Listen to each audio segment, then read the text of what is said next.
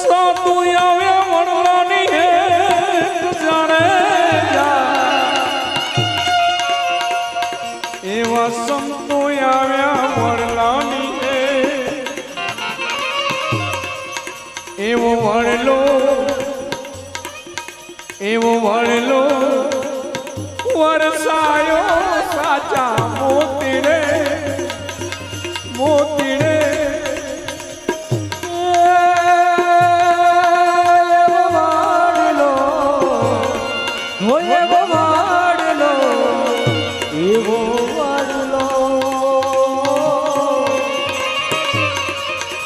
વરસાયો સાચા મોતીડે રે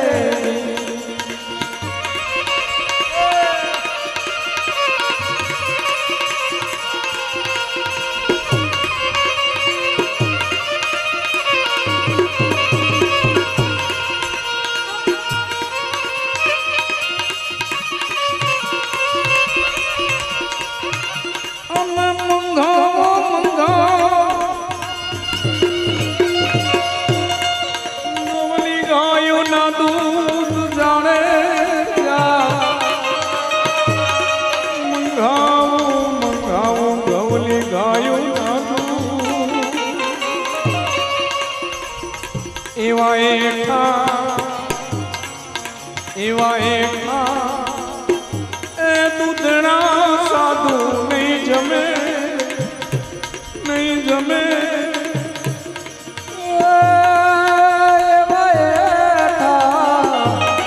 એવા એઠા એ દૂધણા સાધુ નહીં જમે રે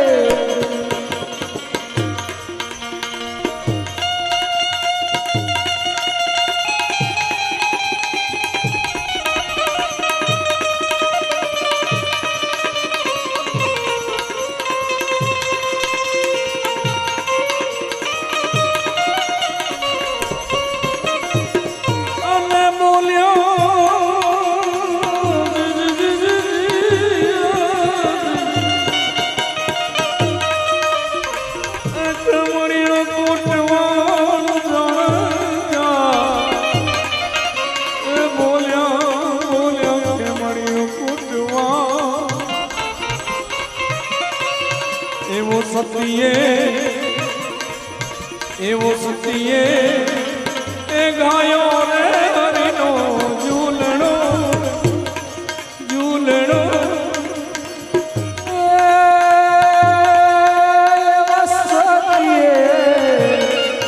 એવા સતીએ ગાયો હરિનો ઝૂલણો રે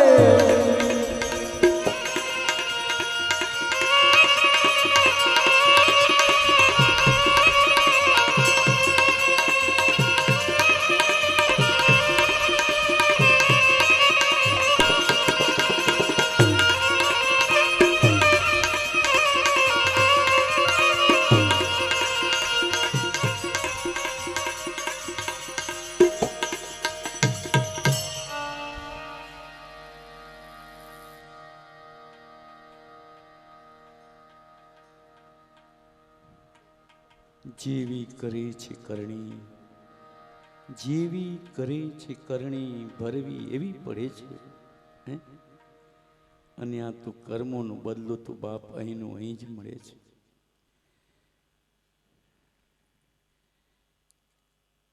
વાસનાનો ગેલો અંત બનેલો એ રાવ ત્રણસિંહે સતીનો છેડો જ પકડ્યો અને ત્યારે કહ્યું કે હે ગોજારા રાજા,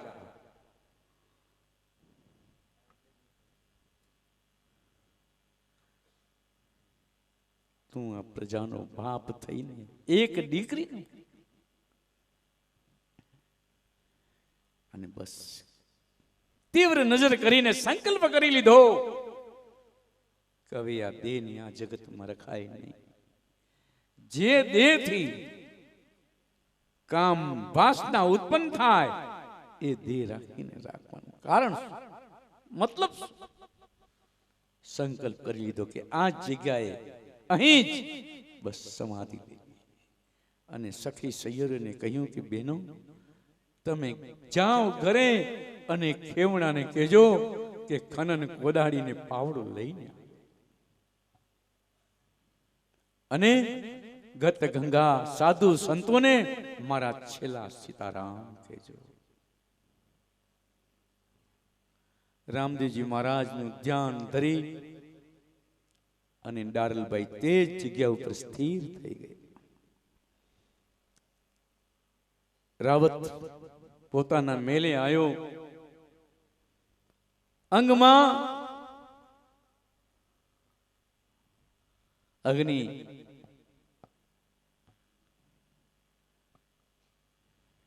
અંગ ખોટું પડ્યું. આ બીના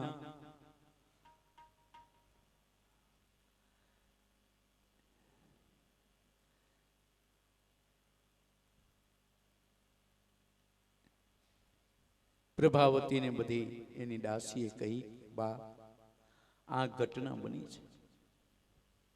ઓહ, આવું માઠું કામ કર્યું, અગ્નિમાં હાથ નાખ્યો. અને પ્રભાવતી ઉપર જઈને જુએ છે તો અહીંયા ચોધાર આંસુએ રાવત રણસી રડે છે, જેની વેદનાનો કોઈ પાર નથી. અંગ ખોટો પડી ગયો છે.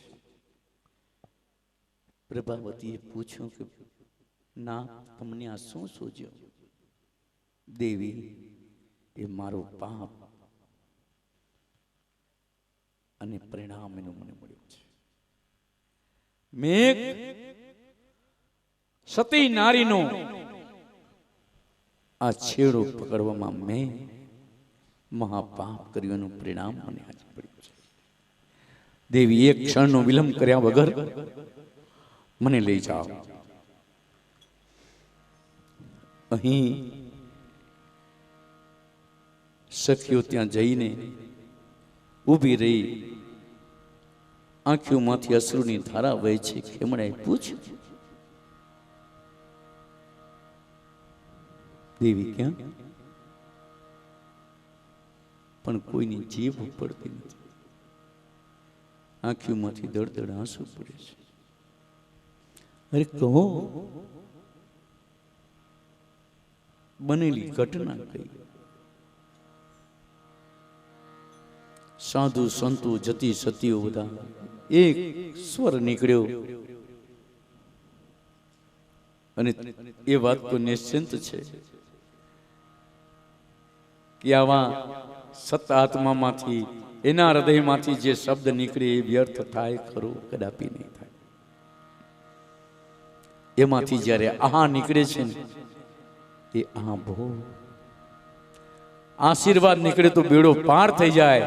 પણ જો એમાંથી કોઈ વાર આહા નીકળી ગઈ, એટલે જ કહે છે સંત સતાએ તીનો જાય, સંત સતાએ તીનો જાય, રાજ તેજ ઓર વંશ તીનો ખંભા દેખ લો, રાવણ કૌરવ ઓર કંસ. પરિણામ માઠું. અને સંતોને જેણે જેણે સતાવ્યા છે, સંતોને જેણે જેણે દુખી કર્યા છે, એને ભોગવ્યા વગર છૂટકો નથી, ભોગવવું જ પડ્યું છે. અહીં ખેમણું કોટવાણ સાધુ સંતો જતી સતીઓએ સાંભળ્યું, જેના દુઃખનો પાર નથી. ધણીની જ્યોતને વધાવી પ્રસાદ વેચ્યો અને પછી બધા માણેક ચોકમાં એકત્રિત થયા છે. બીજી આરતી પછી આગળનો ચરિત્ર આપણે લંબાવશું. ત્યાં સુધી સત્સંગ અને ભજનને વિરામ, બીજી આરતી. પણ તે પહેલા મામાને કહું કે એક બે શબ્દ કંઈ કહો અને પછી આપણે બીજી આરતી કરીએ. મજા આવે, બધાને આનંદ આવે. ખબર છે?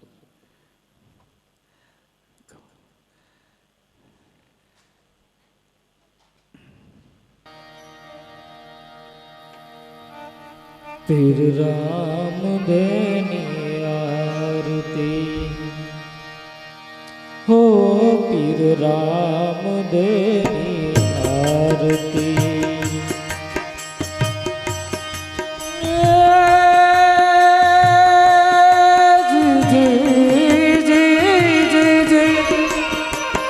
પાટી હરજી રે રૂડા, હરજી પાટી રે રૂડા, चवर डोड़े फिर राम देनी आरती हो फिर राम देनी आरती।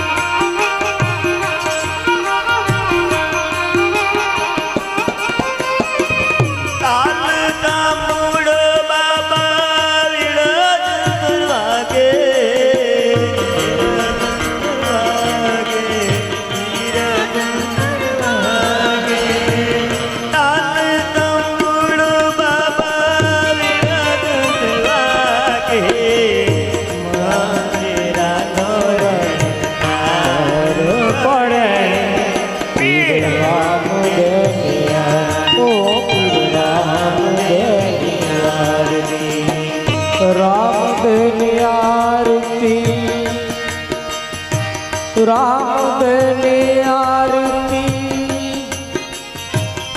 राम देनी आरती फिर राम देनी आरती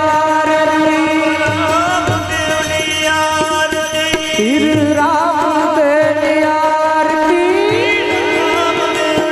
आरती हर जी बाटी रे रूड़ा बाटी हर जी रे रूड़ा चवर डोड़े फिर राम देनी आरती फिर राम देनी आरती।